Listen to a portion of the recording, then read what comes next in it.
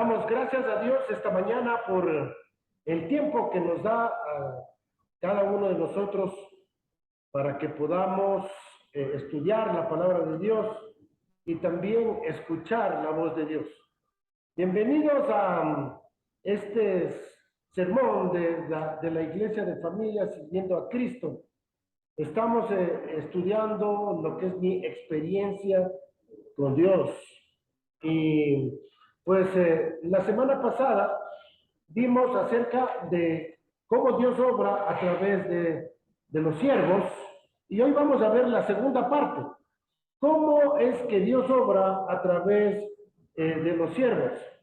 Y habíamos dicho, para recordar, hacer un recorderis de lo que vimos la semana pasada, es de que Dios siempre está obrando.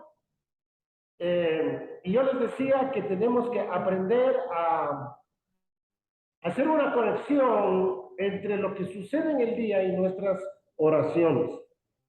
Entonces, lo que está sucediendo en este momento es el resultado de nuestras oraciones.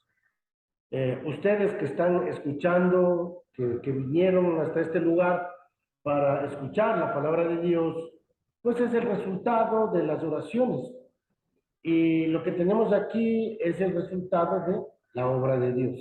Entonces tenemos que ver lo que Dios está haciendo. Y así cada día, cuando tú te levantas, tienes un tiempo, un estudio de la palabra de Dios, tienes un tiempo de oración con Dios, pues es el día que vives, vas a ver la mano de Dios obrando. Y qué bonito vivir así, ¿no? Vivir sabiendo de que la mano de Dios está con nosotros donde quiera que vayamos, y Él es el que obra a nuestro alrededor. Todo lo que sucede, las circunstancias que están a nuestro alrededor, recuerden que están bajo de la mano de un Dios soberano. Todo lo que sucede está bajo el control de Dios. ¿Sí? Y obviamente se saltan las respuestas, no sé, perdón, las preguntas. Bueno, y entonces, ¿por qué sucede tanta maldad, tanta injusticia, tanta violencia? Y en realidad debemos de estar conscientes de que Dios permite esas situaciones con propósitos eternos. Que Dios nos dé a nosotros la sabiduría y el discernimiento para poder mirar a Dios, y que cómo es que Dios permite ese tipo de situaciones alrededor nuestro para formarnos, para guiarnos, para usarnos. Dios nos ha puesto a nosotros en este mundo para que seamos sal y luz, para que seamos mensajeros de su palabra, pero también que seamos vehículos de su amor, como estábamos compartiendo, para que seamos luz en medio de las tinieblas. Así que Dios quiere obrar a través de nosotros, y la manera que Dios ha escogido para obrar hoy en día es a través de su iglesia, es a través de cada uno de nosotros, es a través de sus hijos. Así que Dios siempre está obrando. La segunda cosa que vimos la semana pasada es que Dios quiere establecer una relación personal con nosotros, una relación continua de amor. Y estuvimos estudiando el ejemplo de Moisés, ¿verdad? Y cómo Dios le llamó a él para tener una relación con él. Y vimos cómo empezó esa relación, ¿verdad? Esa relación empieza con algo sobrenatural, con esta visión de una zarza que ardía y no se consumía. Y yo les hacía la pregunta, ¿cuántos de nosotros hemos tenido una experiencia sobrenatural? Y como que nadie levantó la mano. Y después, cuando les pregunté, ¿ustedes han nacido de nuevo? Todos levantaron la mano y dijeron, y pues les dije, eso es una experiencia sobrenatural. Nacer de nuevo es una experiencia sobrenatural, es algo que Dios hace y obra en el corazón y en la mente de las personas. Solamente como un recorderis de por qué decimos que el nuevo nacimiento es una obra sobrenatural. Y vamos a ver en Juan, el capítulo 1, en el versículo 12 y 13 dice: mas a todos los que le recibieron, a los que creen en su nombre, les dio potestad de ser hechos hijos de Dios, los cuales no son engendrados de sangre, ni de voluntad de carne, ni de voluntad de varón, sino de Dios. ¿Qué quiere decir no son engendrados de sangre? Son engendrados del Espíritu. Es decir, nacen de nuevo espiritualmente. Eso es lo que quiere decir, no son engendrados de sangre. Nacen de nuevo espiritualmente. Y dice, ni de voluntad de carne. Es decir, que la iniciativa para que nosotros podamos nacer de nuevo la toma Dios. Dios es el que toma la iniciativa.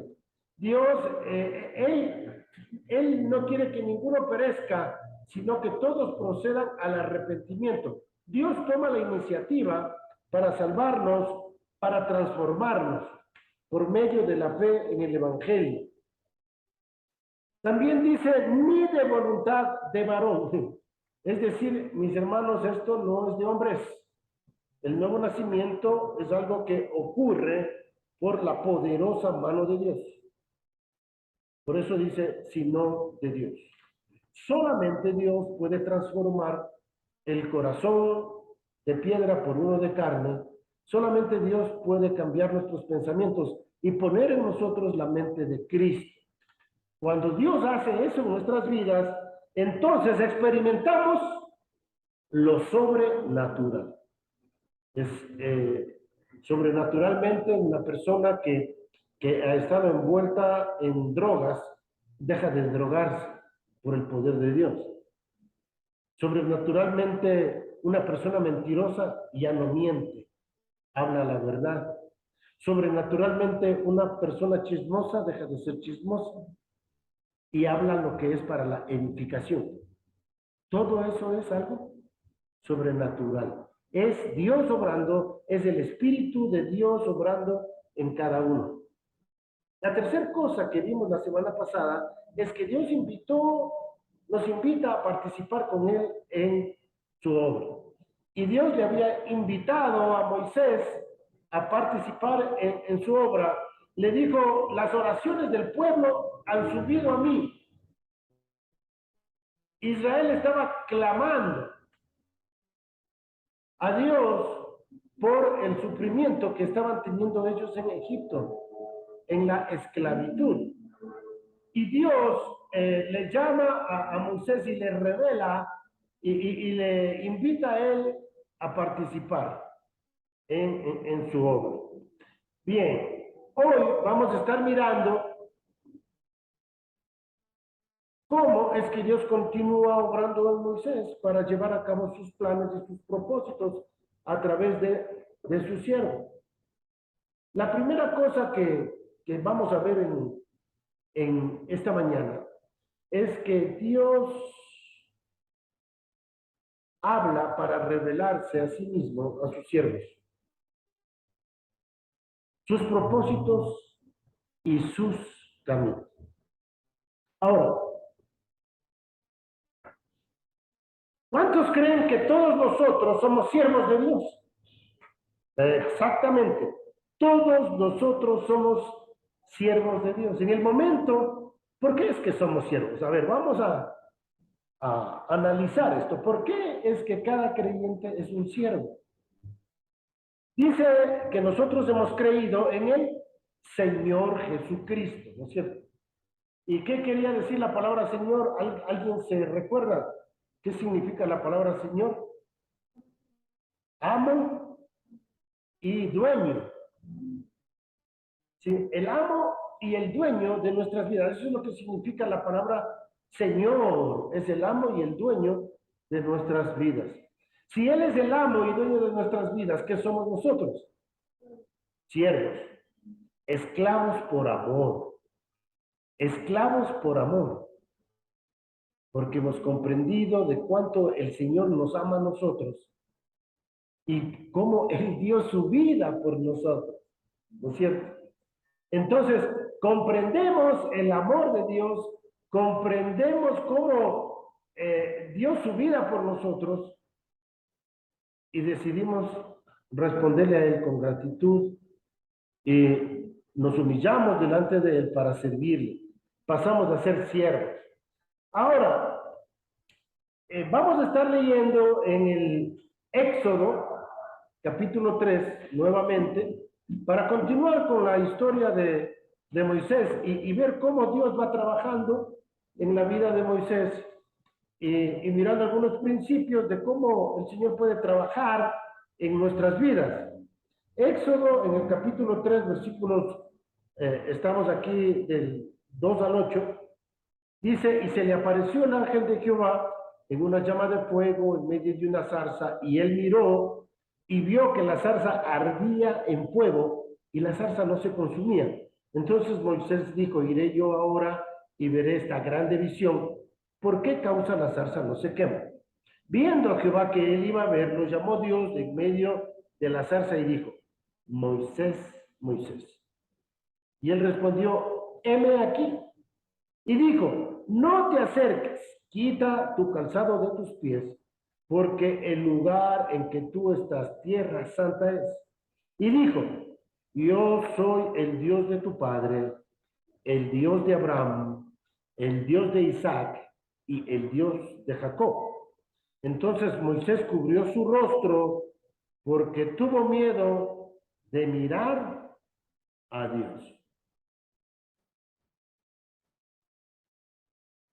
La primera cosa que Dios va a revelarle a Moisés es a sí mismo. Dios se revela a sí mismo.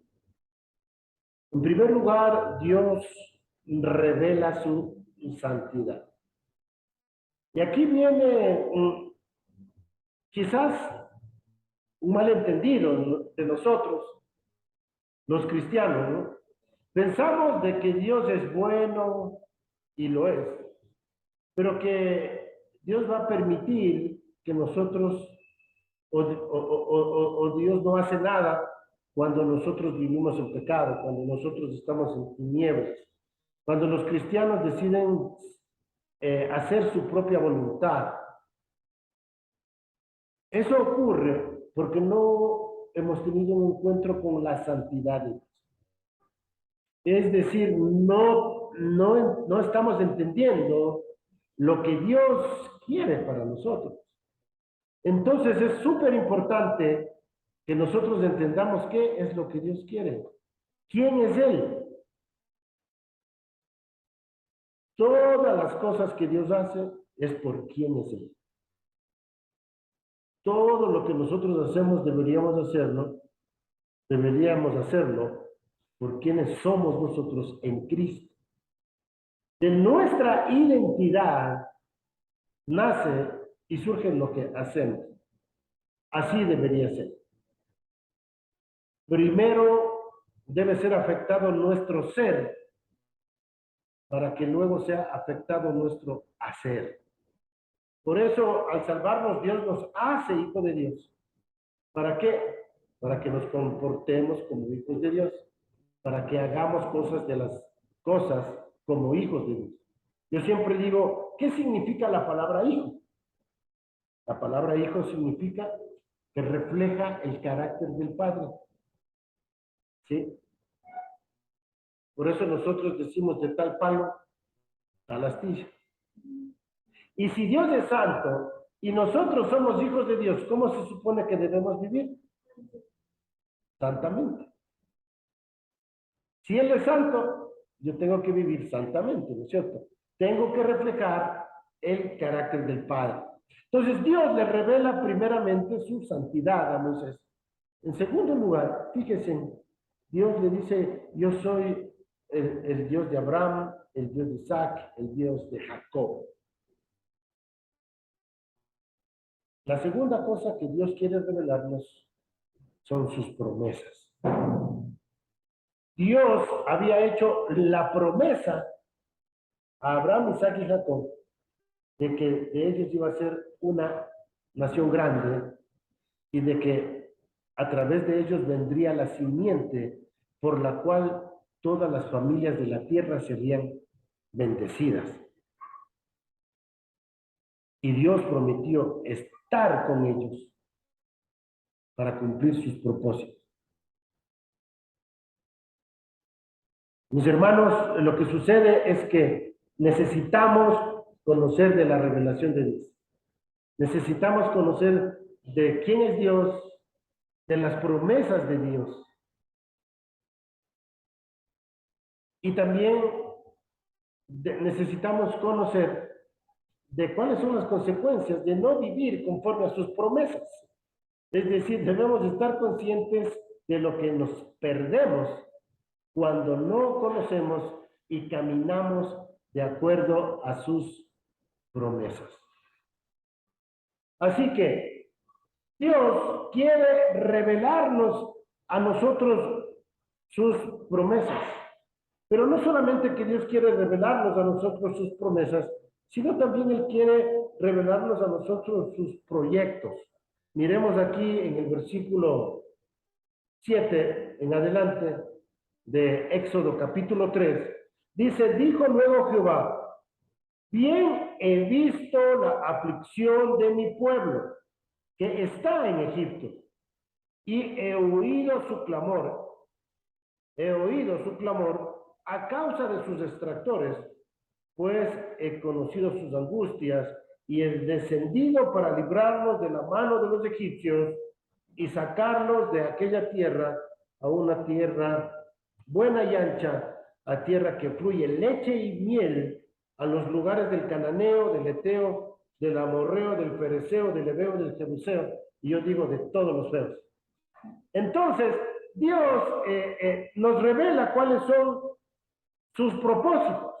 Dios quiere llevarnos a la tierra prometida. Dios quiere llevarnos a Canaán. En el caso de nosotros, Dios quiere llevarnos a vivir en este mundo en victoria. Canaán para nosotros es el lugar donde están los enemigos que van a ser derrotados. Y para nosotros los cristianos, ¿cuáles son los enemigos? El mundo, la carne y el diablo. Y Dios, a través de las Escrituras, nos promete darnos a nosotros la victoria. Dios promete darnos la victoria a nosotros sobre estos tres enemigos, sobre el mundo, la carne y el diablo. Cuando nosotros vivimos en el Espíritu. Bueno, algún día vamos a predicar acerca de Romanos 8 aquí. Pero Dios quiere que vivamos vidas victoriosas. A propósito, les invito a visitar la página de Facebook de Mopi, es donde estamos poniendo las predicaciones de Romanos. Los domingos a las 7:30 de la mañana estamos predicando en una radio en Otavalo y pues estamos poniendo las predicaciones. Justamente subí hoy la predicación de hoy en día y ahí estamos predicando de Romanos 8. Así que si quieren escuchar un poquito de qué es vivir en victoria y vivir en el Espíritu, pueden conectarse a Mopi en el Facebook, ahí está la predicación de esta mañana. Entonces, estamos aprendiendo, en primer lugar, de que Dios quiere revelarse a sí mismo, nos quiere revelar su santidad, quiere revelar sus promesas y también cuáles son sus propósitos, sus proyectos. Eso es lo que Dios hizo con Moisés. Ahora, si yo les pregunto a ustedes, ¿cuál es el proyecto que tiene Dios para nosotros como su iglesia? ¿Cuál es el proyecto de Dios? El proyecto de Dios es edificar su iglesia. Dios ha prometido y se ha comprometido a edificar su iglesia. Y dice que las puertas del Hades no van a prevalecer contra ella. Es decir, de que Dios va a alcanzar su proyecto, con nosotros o sin nosotros. Hoy en día, pues hemos coincidido con muchos de los ancianos de las diferentes iglesias en casa, de que hay un bajo compromiso A diferencia de los creyentes en la iglesia primitiva, ¿no? En la iglesia primitiva había una conciencia clara sobre el señorío de Cristo. Es decir, ellos, cuando decían que Jesucristo era el Señor, era el Señor. Ellos le consideraban a Jesús como el amo y dueño, como el amo y dueño de sus vidas. No vemos ese tipo de compromiso muy frecuentemente en las iglesias o en los creyentes hoy en día. Son pocos aquellos que están dispuestos a decir, sí, Señor, tú eres el Señor, el amo y dueño de mi vida. Y justo ayer predicaba y estaba compartiendo en el grupo de discipulado que tengo los días viernes, y también veíamos esto que dicen Romanos 14, 8 y 9. Justamente estos versículos fueron los que Dios utilizó en mi vida cuando yo decidí seguir y servir a Cristo. Y recuerdo en estos días estudiando un librito que se llama La Santidad de Dios, puso en mi corazón el deseo de ir a visitar el lugar donde yo rendí mi vida a Cristo. Así que me voy a ir, que es por la universidad, ahí en un parque. Ahí yo me arrodillé y oré al Señor y le ofrecí mi vida al Señor. Y el Señor me dio estos versículos. Romanos, capítulo 14, versículos 8 y 9. Dice así.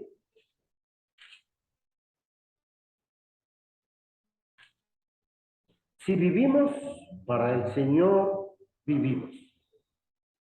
Y si morimos, para el Señor morimos. Así pues, sea que vivamos o que muramos, del Señor somos. Porque Cristo para esto murió y resucitó y volvió a vivir, para ser Señor así de los muertos como de los que viven. Estos versículos en la iglesia primitiva tenían una relevancia total en la vida de los creyentes. Si vamos a vivir para el Señor. Y si morimos, vamos a morir sirviéndole al Señor. Yo siempre hago esta pregunta. A ver, si un cristiano no está viviendo para el Señor, ¿qué está haciendo? La respuesta es perdiendo el tiempo. Porque la única razón, según lo que nos dice aquí, que un cristiano tiene para vivir en este mundo es para vivir para el Señor. Y si va a morir sirviéndole al Señor. Esto es la característica de un siervo. Vivir para su amo. Vivir para el que es dueño de su vida, en este caso el Señor Jesús. Entonces, cuando la Biblia nos dice a nosotros que somos siervos, nos está revelando algo que es muy importante. Hay una diferencia entre ser un esclavo y ser un esclavo por amor. Un esclavo es aquel que tiene que trabajar para su amo,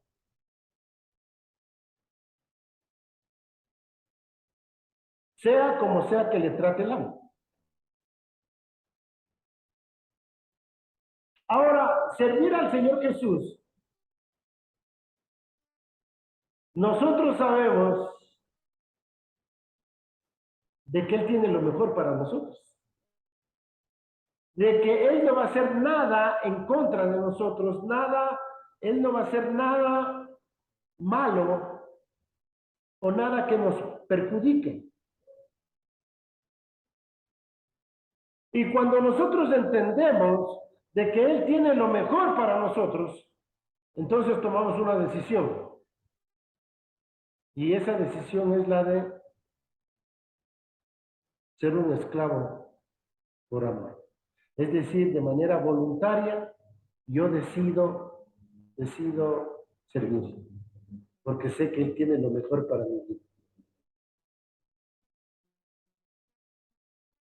Eso es un esclavo por amor. Moisés estaba escuchando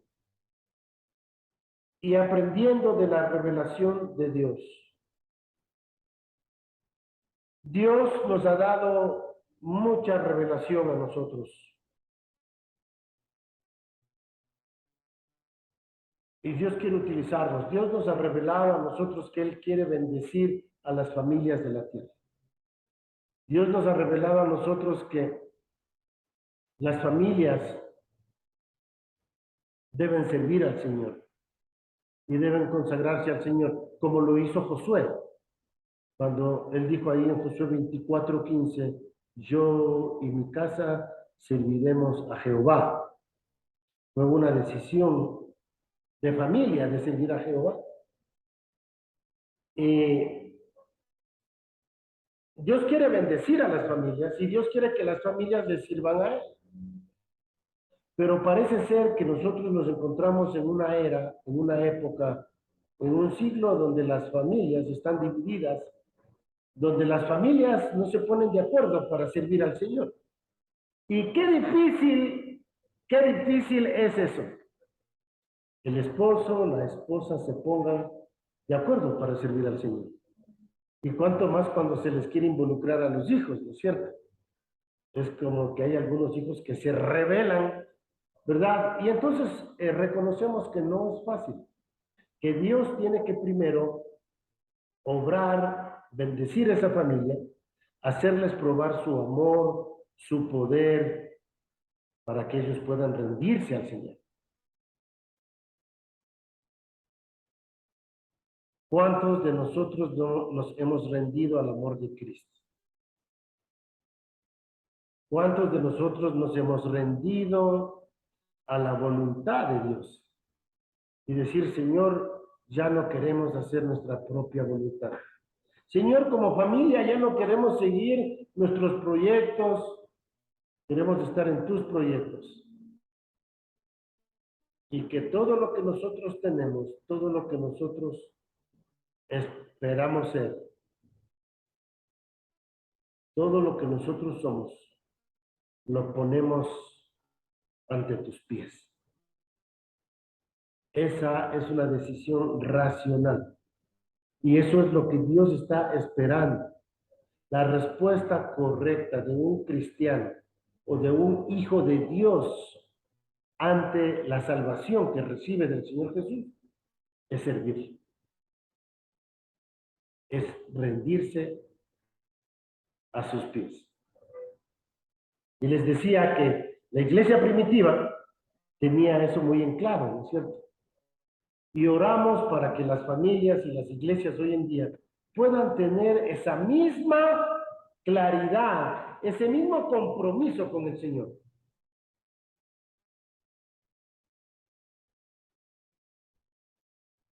Dios quiere que nosotros le seamos fieles. Quiere que experimentemos la cercanía de Dios a nuestras vidas, sabiendo de que Él nos habla, de que Él nos revela en su palabra, de que Él quiere hablarnos a nosotros cara a cara.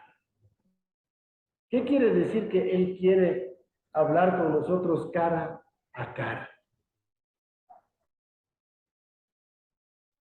Obviamente que en la cara está la boca, ¿no es cierto? Entonces Dios quiere que cuando le contemplemos a Él, su rostro, quiere que escuchemos su voz.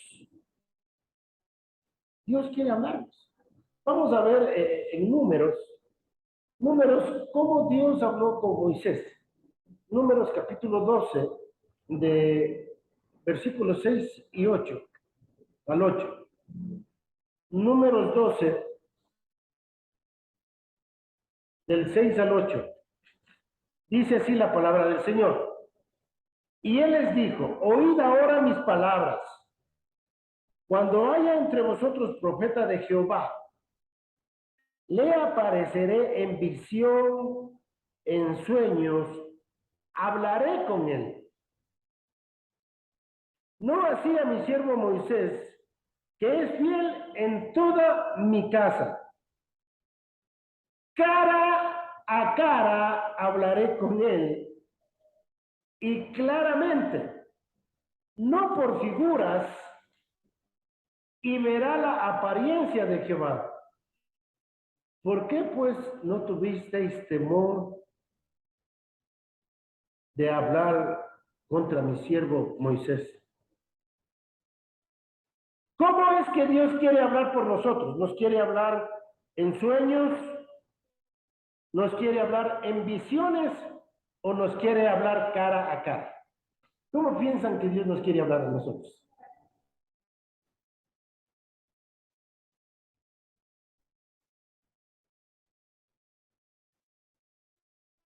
Me da ganas de llorar. Se me hace un nudo en la garganta. Se me hace un nudo en la garganta. Discúlpenme que allí va. Voy a continuar. Abramos nuestras Biblias en 2 Corintios capítulo 3, versículos 14 al 18, para mirar qué nos dice el Nuevo Testamento de cómo es que Dios quiere hablar con nosotros. 2 Corintios capítulo 3, versículos 14 al 18.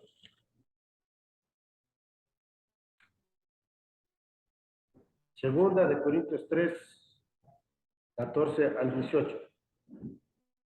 Dice, pero el entendimiento de ellos se embotó, hablando del pueblo de Israel, porque hasta el día de hoy, cuando leen el antiguo pacto, les queda el mismo velo no descubierto, el cual por Cristo es quitado.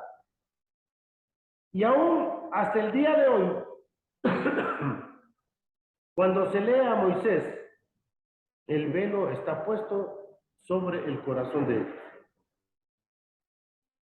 Pero cuando se conviertan al Señor, el velo se les quitará. ¿Qué es lo que pasa cuando una persona se convierte al Señor? El velo le es quitado. Es decir, que puede ver el reino de Dios y puede entender las cosas espirituales y puede entrar en el reino de Dios. Es decir, que puede experimentar las cosas espirituales. Se le quita el velo a la persona que se convierte. Versículo 17. Porque el Señor es el Espíritu. Y donde está el Espíritu del Señor, allí hay libertad. Por tanto, nosotros todos, mirando a cara descubierta, ¿cómo le miramos al Señor? A cara descubierta. Como en un espejo la gloria del Señor. Somos transformados de gloria en gloria en la misma imagen como por el Espíritu del Señor.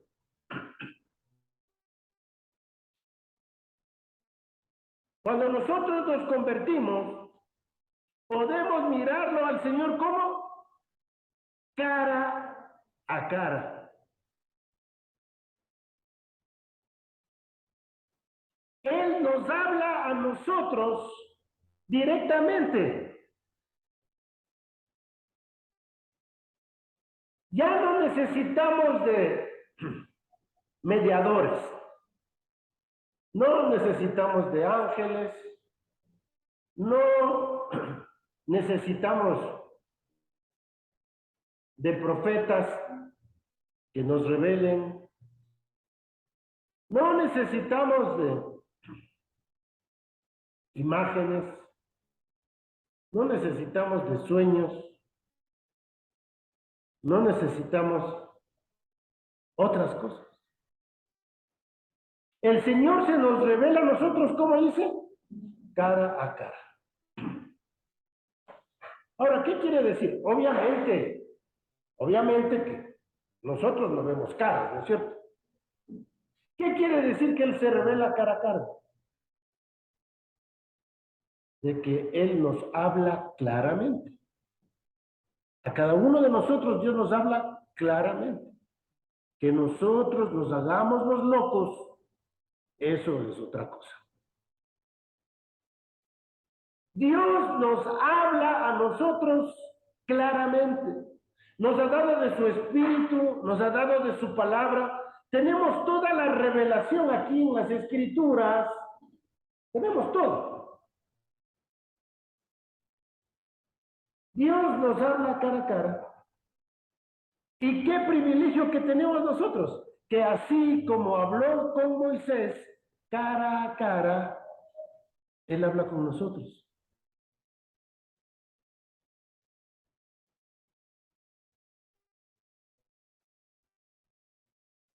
Y Dios utiliza a los maestros, a los predicadores, a los portadores de la palabra de Dios. ¿Para qué? Para llevarles a las gentes a escuchar a Dios.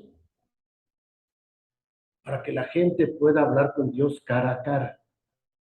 Esa es la función que nosotros tenemos al predicar la palabra de Dios. Que la gente pueda tener una relación personal e íntima con Dios cara a cara.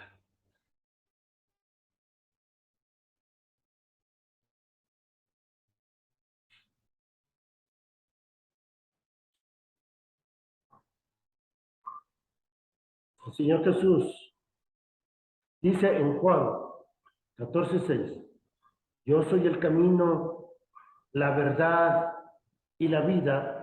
Nadie viene al Padre si no es por mí. ¿Para qué murió Jesús?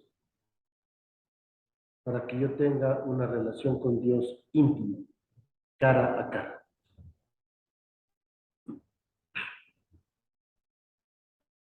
Mis hermanos, en realidad, debemos hacernos la pregunta.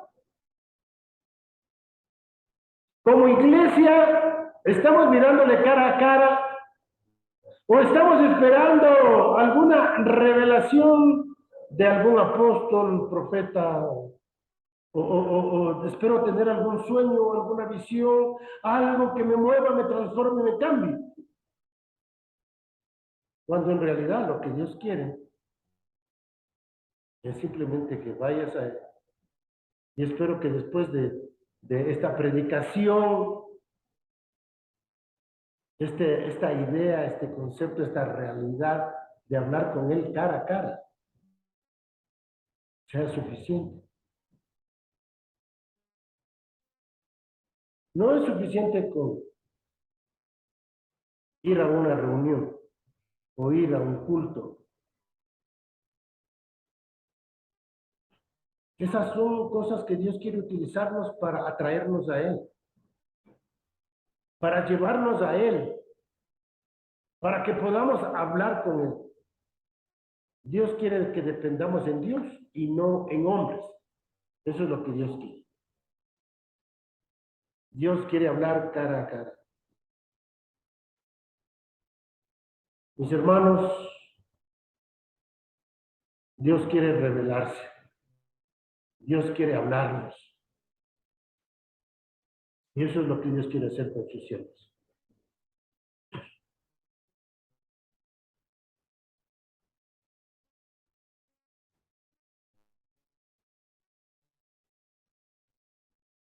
En quinto lugar, para aquellos que se acaban de conectar, estamos mirando cómo Dios trata con sus siervos. Hemos dicho que primero, que Dios siempre está hablando. En segundo, que Dios establece una relación íntima con su siervo. En tercer lugar, vemos que Dios nos invita a ser parte de su obrar. Y en cuarto lugar, es que Dios me revela, me habla, me muestra. Y como acabamos de ver, nos habla cara a cara para que nosotros entendamos su revelación, lo que Él quiere. En quinto lugar, Dios nos invita a participar con Él.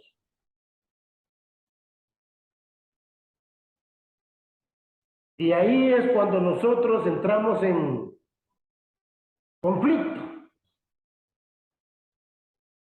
La Biblia dice que la mies es mucha y los obreros son pocos. Pocos.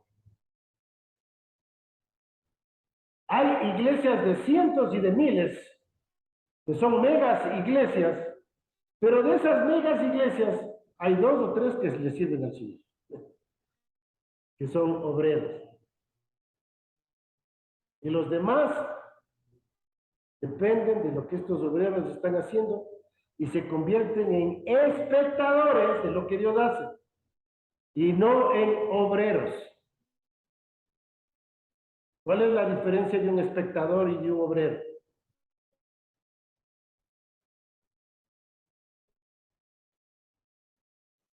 Claro, el espectador solo ve, el obrero hace, pregunta. ¿Usted es espectador u obrero?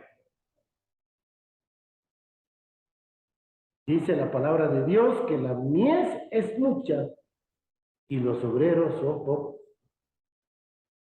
Por tanto, dice, orad al Señor de la mies que envíe obreros a su mies. ¿Quiénes serán aquellos que reciben los galardones, las coronas? ¿Los espectadores o los obreros? Los obreros. Los obreros. Dios le invita a Moisés y Moisés tiene una crisis de identidad y le dice a Dios, ¿quién soy yo para que vaya al faraón y saque de Egipto a los hijos de Israel?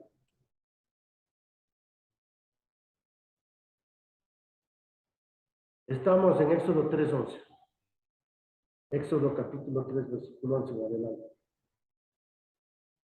Dijo Moisés a Dios, he aquí que yo llego, yo a los hijos de Israel, y les digo, el Dios de vuestros padres me ha enviado a vosotros. Si ellos me preguntaren, ¿cuál es su nombre? ¿Qué les responderé? He aquí que ellos no me creerán, ni oirán mi voz, porque dirán, no te ha aparecido Jehová.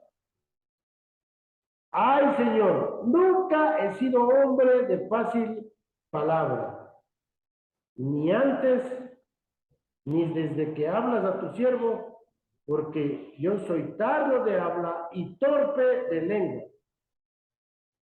Ay, Señor, envíate ruego por medio del que debes enviar. Y ahí nosotros hacemos como nosotros decimos, hacemos las veces de torero. Ole. ¿Qué quiere decir eso? Que nosotros no queremos asumir la responsabilidad que Dios nos quiere dar a nosotros, sus siervos. Y le ponemos cualquier pretexto a Dios para no hacer lo que Él dice que tenemos que hacer. No es que, ya, usted llene el resto. Usted llene el resto. ¿Cuál es su excusa delante de Dios para no ser obrero, para no ser siervo? Para no asumir esta invitación que Dios le está haciendo a participar con Él en su obra.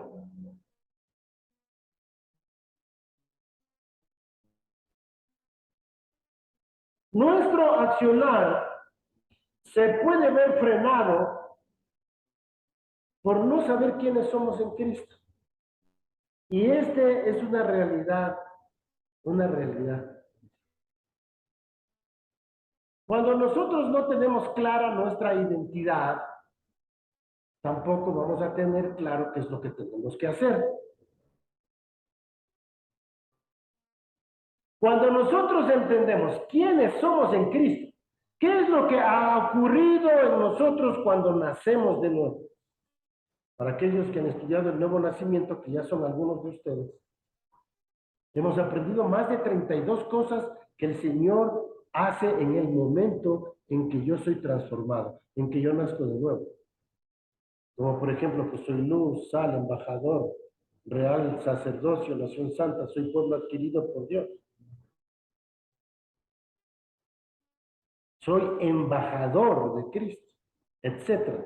Soy más que vencedor, soy siervo, soy amigo, soy hijo. Bueno, más de 32 cosas.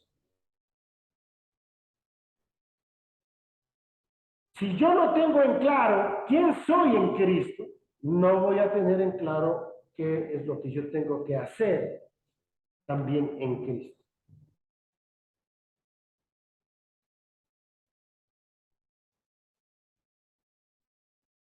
Nuestra indisposición de ser usados por Dios nos lleva a rechazar el ser usados como instrumentos. Y si yo preguntaría qué porcentaje de la iglesia, qué porcentaje de los hijos de Dios no tienen la disposición de ser siervos, de ser obreros, sino solamente de ser espectadores, ¿qué porcentaje dirían ustedes? Si de 1000 miembros en una iglesia, 3 quieren servir al Señor, ¿alguien me puede ayudar el porcentaje? De todas maneras, sería muy bajo, muy bajo.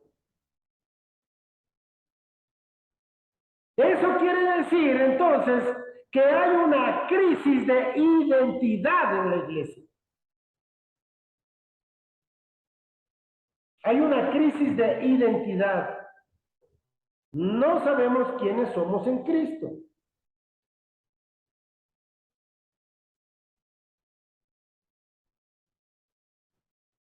¿Qué, ¿Cuál es la solución a la crisis?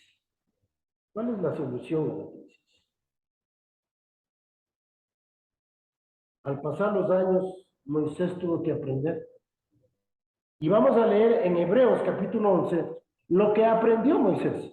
Hebreos capítulo 11 del 24 al 29. Hebreos 11 del 24 al 29.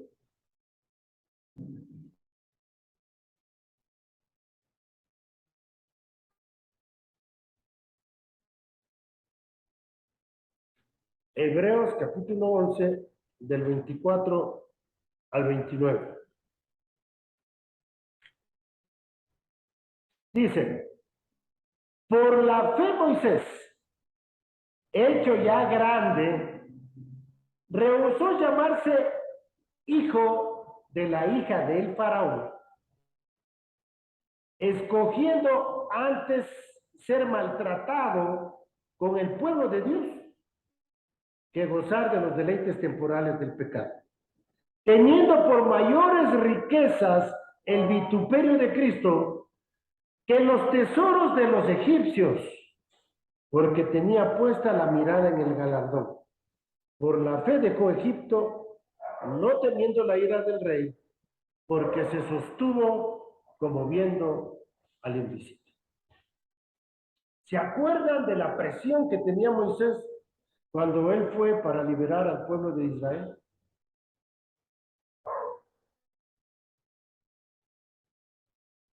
¿Se acuerdan de la presión que tenía Moisés cuando estaba en el desierto y la gente murmuraba contra él?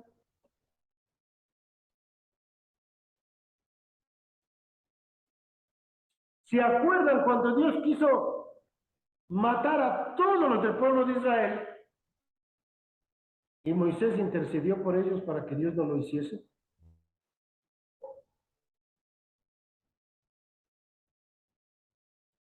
¿Por qué hizo Moisés todas esas cosas? Por la fe. se sostuvo como viendo al invisible.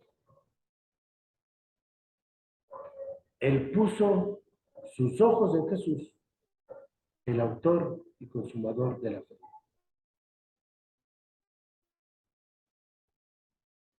¿Dónde están tus ojos? ¿Cuál es la solución para la iglesia ante esta crisis de identidad? La fe. Creer lo que Dios dice. ¿Quién eres tú?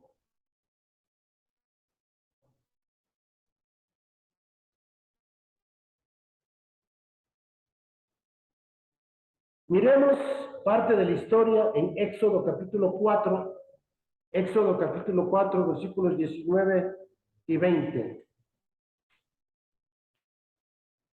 Éxodo capítulo 4, versículos 19 y 20. Dice así. Dijo también Jehová a Moisés en Madián: ve y vuélvete a Egipto, porque han muerto todos los que procuraban tu muerte. Entonces Moisés tomó su mujer y sus hijos y los puso sobre un asno y volvió a tierra de Egipto. Tomó también Moisés la vara de Dios en su mano. ¿Qué hizo? ¿Qué hizo Moisés? Se fue en un asno.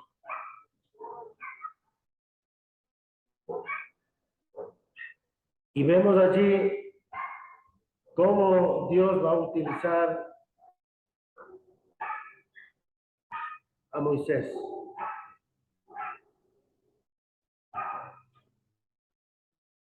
Y así vemos una y otra vez de que Dios revela a Moisés cuáles son sus planes, cuáles son sus proyectos. ¿Qué es lo que tuvo que hacer Moisés? La sexta cosa que Dios hace con un siervo, la sexta cosa, es hacer ajustes en sus vidas. Moisés tuvo que hacer ajustes en su vida para poder unirse a Dios en lo que él estaba haciendo. Mis hermanos, Dios nos llama a hacer ajustes en nuestras vidas.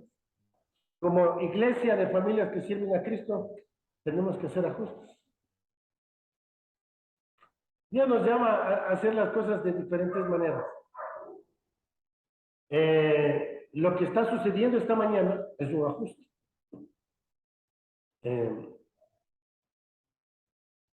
Pues yo he decidido predicar de esta manera, como lo he hecho por muchos años. Y después podemos conversar cuáles son los resultados de este ajuste que estamos haciendo. Hemos cambiado la manera de compartir la palabra, de predicar, de enseñar a lo que lo veníamos haciendo. Porque considero de que parece que es una mejor manera de poder expresar lo que la Biblia dice. Y justamente para aquellos que nos están escuchando a través de los videos que subimos, es que después de la predicación nosotros tenemos una conversación acerca de la predicación y ver cómo Dios nos está hablando. Ese es un ajuste que nosotros hemos hecho. Y tenemos que hacer ajustes en nuestras vidas, en nuestros ministerios. Me imagino que también Mela y Grace tienen que hacer ajustes en sus vidas ahora que son presidentas del curso. Entonces, y así, la Martina tiene que hacer ajustes en su vida ahora que ya empieza clases. Y tenemos que hacer ajustes en cada uno de nosotros. Moisés tuvo que hacer ajustes tuvo que tomar decisiones por fe. Tuvo que cambiar su vida y dirección. ¿Qué ajustes tuvo que hacer Moisés? Recuerden, ¿en dónde estaba Moisés? En Madián, cuando Dios le llamó, ¿no es cierto? ¿Y qué estaba haciendo Moisés en Madián? Criando ovejas, haciendo el gran negocio de ovejas. Y llegó a ser un experto ovejero. Y Dios le llama y él tiene que hacer ajustes y tiene que dejar las ovejas. Los discípulos de Jesucristo, ¿qué dejaron? Sus redes. Dejaron la pesca, dejaron su negocio para seguir a Cristo. Tuvieron que hacer ajustes. ¿Qué ajustes tienes que hacer en tu vida para hacer lo que Dios dice que tienes que hacer? Algunos no están dispuestos a hacer ningún ajuste y quieren quedarse en su zona de confort.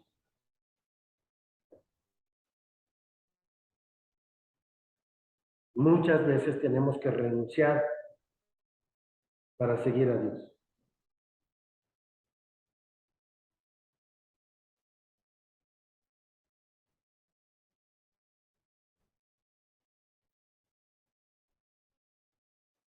Moisés decidió obedecer a Dios. Y por lo que él obedeció, aprendió quién era Dios. ¿Recuerdan esa experiencia de tirar la vara al suelo y que se convertía en una serpiente? ¿Recuerdan de la experiencia que tuvo Moisés? Dios le dijo, mete tu mano bajo de tu manto y sácala. ¿Y cómo salió la mano? Con lepra.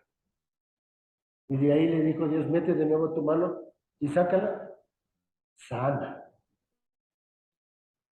Ese tipo de experiencias tuvo Moisés.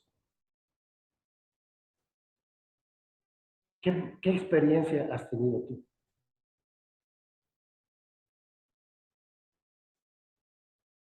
Dios ha transformado tu vida. Has nacido de nuevo. Te consideras un hijo de Dios que ha sido transformado por su gracia y su poder, que ha sido redimido por la sangre de Cristo y ha sido transformado por el poder de la resurrección y ahora sientes que Él te sostiene con ese poder. Jesús, ¿qué tuvo que hacer? Morir, sufrir. Y dice la palabra de Dios que por lo que Jesucristo padeció, aprendió la obediencia. Déjenme decirles una cosa. No hay otra manera que conocer a Dios sino por la obediencia. Porque cuando obedecemos, experimentamos su poder. Y cuando experimentamos su poder, conocemos quién es Dios. Y si no experimentamos su poder, no vamos a conocerle. Cuando la Biblia habla de conocer a Dios, no es simplemente un conocimiento intelectual, sino un conocimiento de experiencia.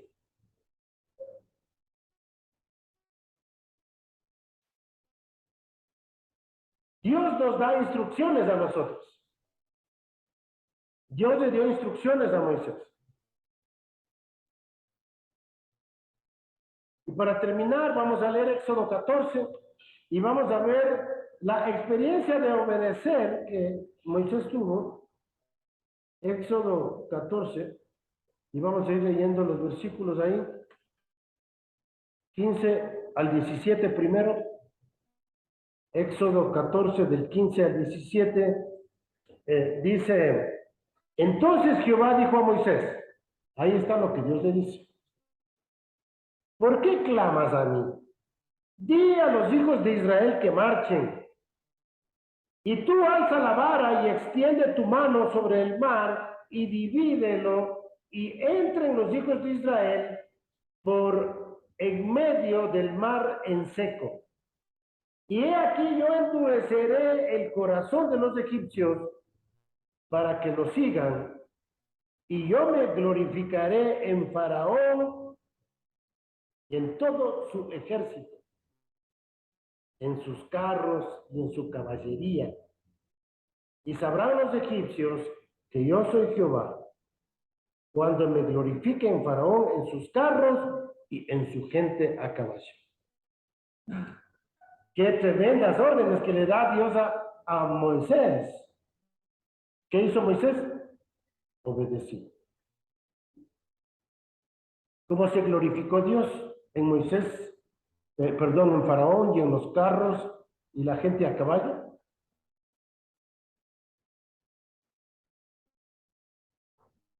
Los inundó. Cuando el pueblo de Israel estaba pasando en seco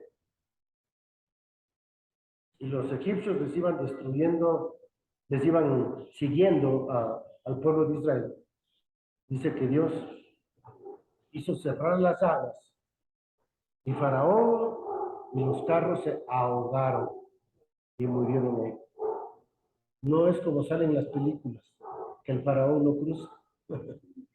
Ustedes leen en el libro de los Salmos, dice que el faraón estuvo allí también.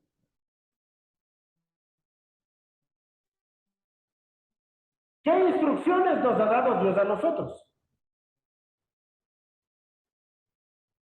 Ir y hacer discípulos a todas las naciones, bautizándolos en el nombre del Padre, del Hijo y del Espíritu Santo, enseñándoles a que guarden todas aquellas cosas que yo les he mandado. Y he aquí, yo estoy con vosotros todos los días hasta el fin del mundo. El Señor nos manda a ser discípulos. El Señor nos manda a enseñar su palabra y todas las cosas que Él nos manda. Cuando nosotros obedecemos los mandatos de Jesucristo, por la gracia, el poder de la resurrección que mora en nosotros, entonces vamos a experimentar su poder. Y al experimentar su poder, vamos a conocerle. En estas dos predicaciones hemos aprendido 7 cosas que Dios hace con sus siervos. Primero, Dios les hace conscientes de que Él siempre está obrando. Dios siempre está obrando. Segundo, Dios establece una relación personal íntima con cada uno de aquellos que le conocen. Tercero, Dios les invita a ser parte de sus proyectos, de sus planes, de su obra. Cuarto, Dios les revela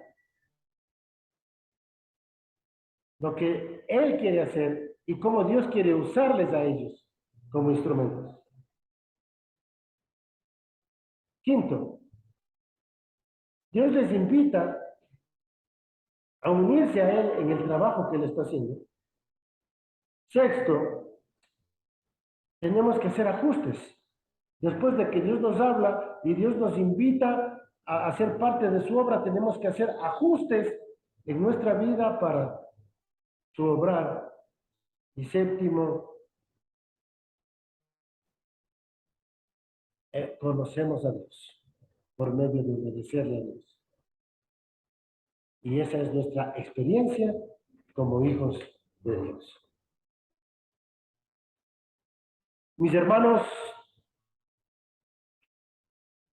en esta mañana espero que Dios nos haya hablado cara a cara. Que hayamos escuchado su voz.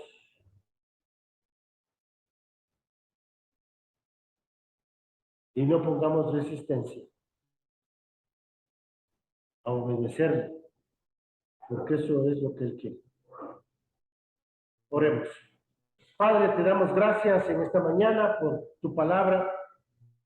Gracias, Señor, porque nos hablas cara a cara y claramente. Nos hablas directamente, Señor. Por medio de tu Espíritu, haces que podamos entender y oramos que podamos responder de la manera que tú quieres.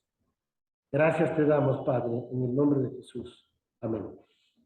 Nos estaremos mirando el próximo domingo.